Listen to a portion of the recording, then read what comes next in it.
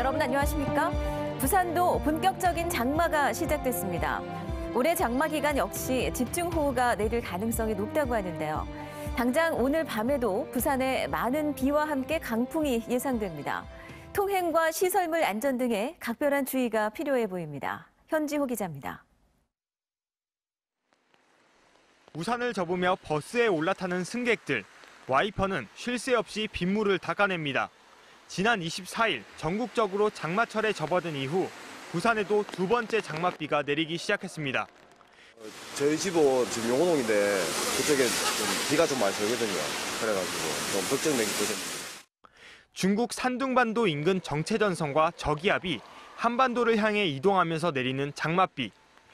부산은 밤부터 빗줄기가 굵어져 내일 오전까지 최대 100mm의 강수량을 기록할 것으로 전망됩니다. 비는 오후 들며 내리기 시작해 점차 굵어지고 있습니다. 밤사이 돌풍까지 더해지며 강한 비바람이 새벽까지 몰아치겠습니다. 이번 비는 시간당 최대 30mm의 폭우가 될 것으로 보입니다. 부산엔 호우, 강풍특보가 내려졌고 해안가를 중심으로 순간 최대 풍속 시속 60km의 돌풍까지 예상되면서 기상청은 시설물 관리와 안전사고 예방에 각별히 유의해 줄 것을 당부했습니다. 최근에는 장마철 기간에도 계속해서 비가 오기보다는 좀 단속적으로 비가 오면서 비가 오지 않는 날에는 무더운 날씨를 보이기도 하고 또 비가 올 때는 강하게 쏟아지는 집중호우가 나타나기도 합니다. 다음 달 중순 장마가 끝난 뒤부터 여름 무더위가 시작될 것으로 보이며 장마 기간 집중호우 현상이 나타나는 경우가 많겠습니다. MBC 뉴스 현지호입니다. 부산에서 연이틀 코로나19 확진 환자가 발생했습니다. 특히 어제 발생한 환자는 인구 밀집 지역인 해운대 마린시티에서 아무 증상 없이 음식점과 주점 등을 돌아다닌 것으로 확인됐는데요. 방역당국이 긴장하고 있습니다. 이만은 기자입니다. 부산에서 이틀 연속으로 코로나19 확진 환자가 발생했습니다. 부산의 150번째 확진 환자는 대전 105번 확진 환자의 직장 동료로 이 대전 확진 환자와 접촉했다가 감염된 것으로 파악됐고 151번째 확진 환자는 남미 멕시코에서 인천공항을 거쳐 입국한 경우로 해외 감염으로 추정됩니다. 151번 신규 확진자는 업무 관계로 멕시코에서 생활하다가 28일 입국하였고 부산역 선별진료소에서 검사를 시행하여 부산에서는 지난 19일과 23일에 하루에 2명씩 확진 환자가 발생한 데 이어 닷새 만에 이틀 연속 환자가 발생한 겁니다. 특히 대전 확진 환자와의 접촉에 의한 감염으로 분류된 150번째 환자는 특별한 증상이 없어 이틀 동안 해운대 마린시티의 음식점과 주점, 편의점 등을 돌아다닌 것으로 확인됐습니다. 최근 세계 각지에서 코로나19의 무증상 감염 사례가 잇따라 보고됨에 따라 부산시 보건당국도 긴장하고 있습니다. 무증상 감염뿐만 아니라 초기의 감염력이 굉장히 높다라는 것은 대체적인 의견입니다. 그렇다 보니까 초기에 진단되기 전에 감염력이 있을 수 있기 때문에 이런 부분들을 지금 막아낼 수 있는 방법은 굉장히 현실적으로 제한이 있을 수밖에 없습니다. 부산에서는 한때 코로나19 입원 환자 숫자가 2명까지 줄어들면서 시민들의 기대도 높아졌던 상황.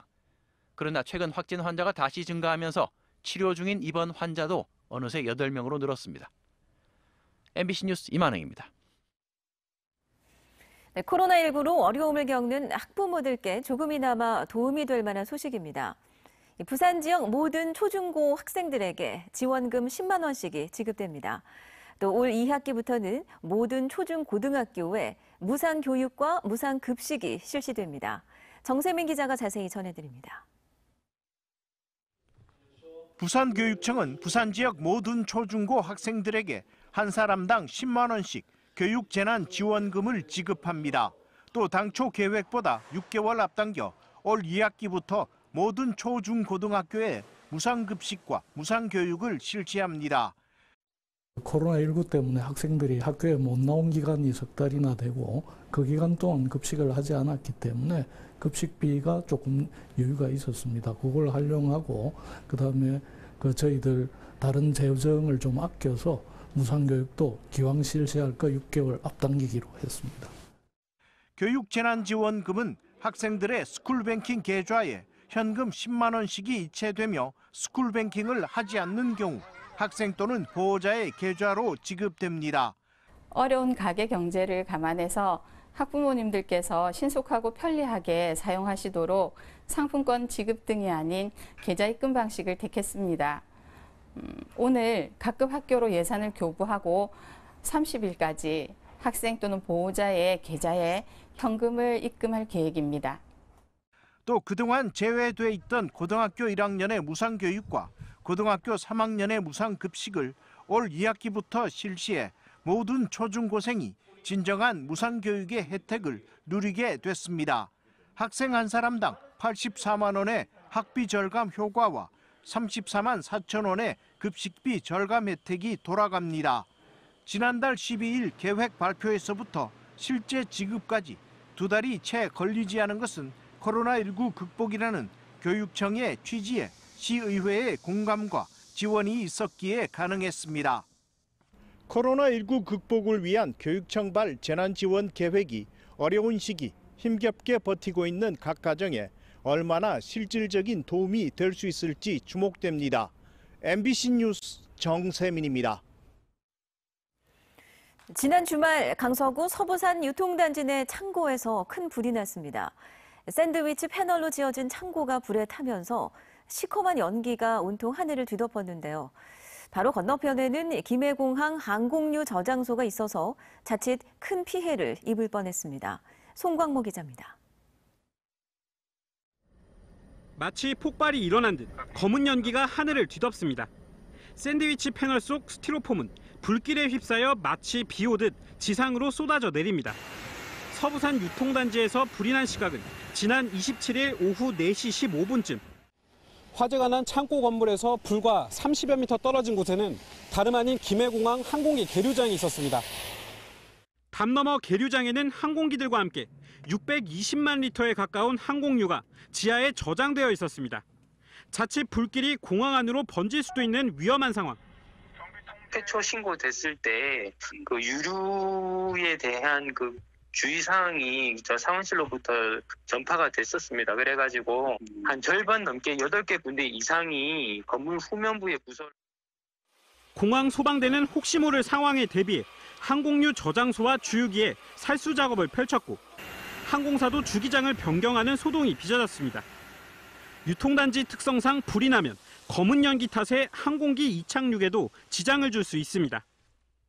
그게 신발 물류 쪽인 것 같더라고요. 보니까 플라스틱이라든지 화학 제품이다 보니 공항의 안전에 대해서는 좀 다소 문제가 있다는. 서부산 유통단지에서는 지난달에도 물품 창고에서 불이 나는 등 올해에만 5건의 화재가 발생했고 해마다 2-3건의 화재가 일어나고 있습니다. 하지만 공항 주변에는 건축물 높이 규제만 있을 뿐 별도의 화재 예방 대책은 없는 실정입니다. 이들이 따로 공항하고 근접하다고 그런 부분을 하는 게 아니고 시설 용도나 규모에 따라 갖고. 소방당국은 공항 주변 건물에 대한 스프링클러 설치 기준을 강화하는 등 대책이 필요하다고 지적했습니다. MBC 뉴스 송광모입니다. 4년 임기의 반환점을 둔 제8대 부산시 의회가 전반기 의사 일정을 마무리했습니다. 후반기 시의회를 이끌 새 의장으로는 민주당 신상혜 의원이 사실상 확정됐습니다. 민성빈 기자가 보도합니다. 제8대 부산시의회가 287회 정례를 끝으로 전반기 의사 일정을 모두 마쳤습니다. 이상으로 287회 부산광역시의회 정례회 제2차 본회의를 모두 마치겠습니다. 산회를 선포합니다. 사상 처음으로 민주당이 장악한 8대 시의회는 지난 2년간 의원 발의 253건, 5분 자유 발언 285차례의 실적을 남겼습니다.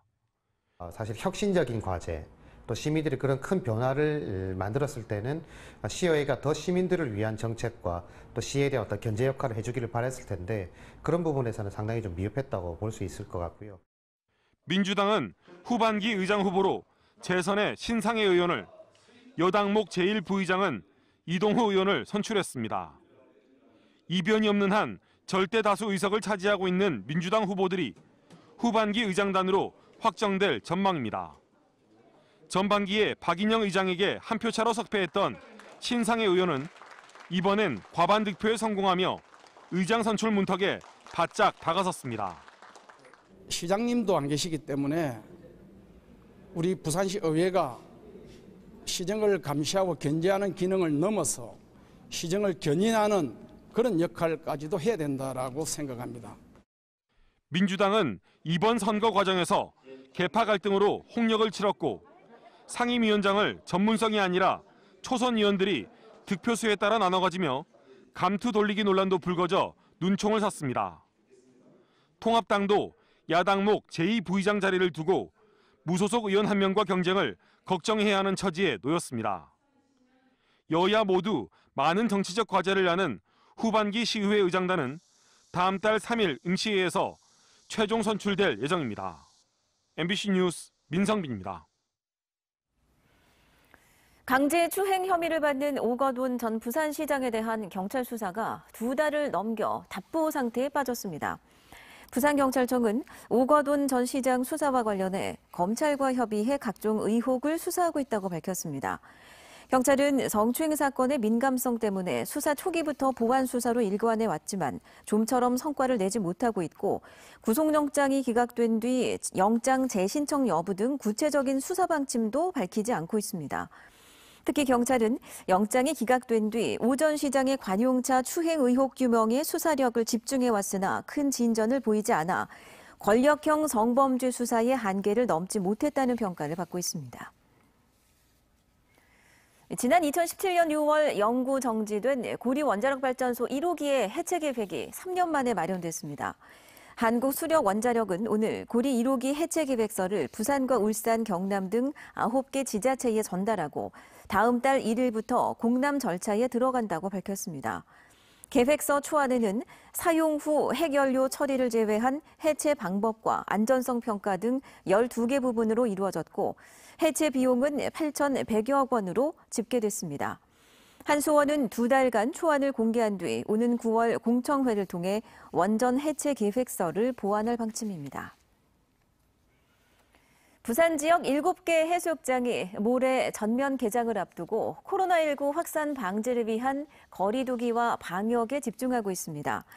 기장군 임랑 일광 해수욕장 등 2곳은 그늘막 텐트와 파라솔을 2m 간격으로 띄우고 공공시설 출입문 앞에 대기선을 마련해 안전거리를 확보하기로 했습니다. 또 해운대와 송정해수욕장은 거리 두기를 위해 파라솔 개수를 대폭 줄이고 파라솔마다 번호를 매겨 관리하기로 했습니다.